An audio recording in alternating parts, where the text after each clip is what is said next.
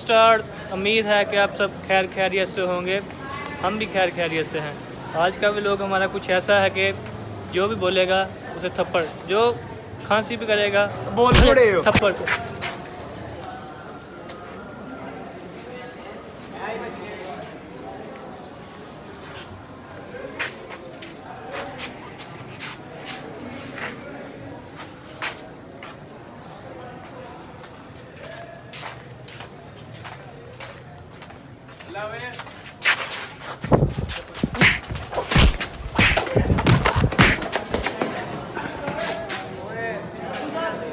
हंसे तो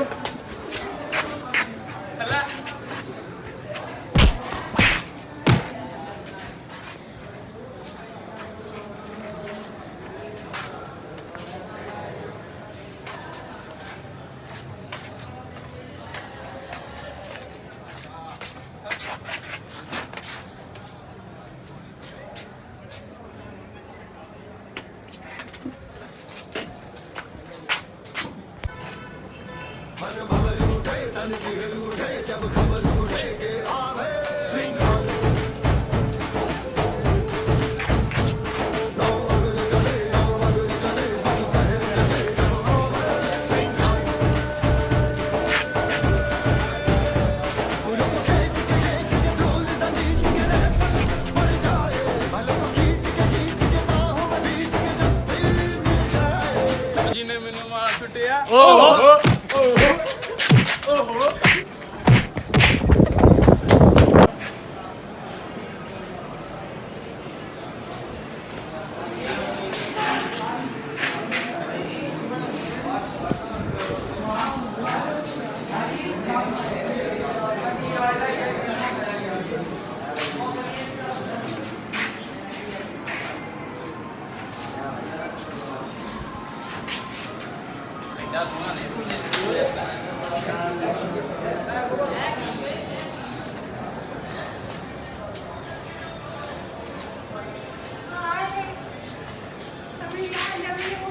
आजो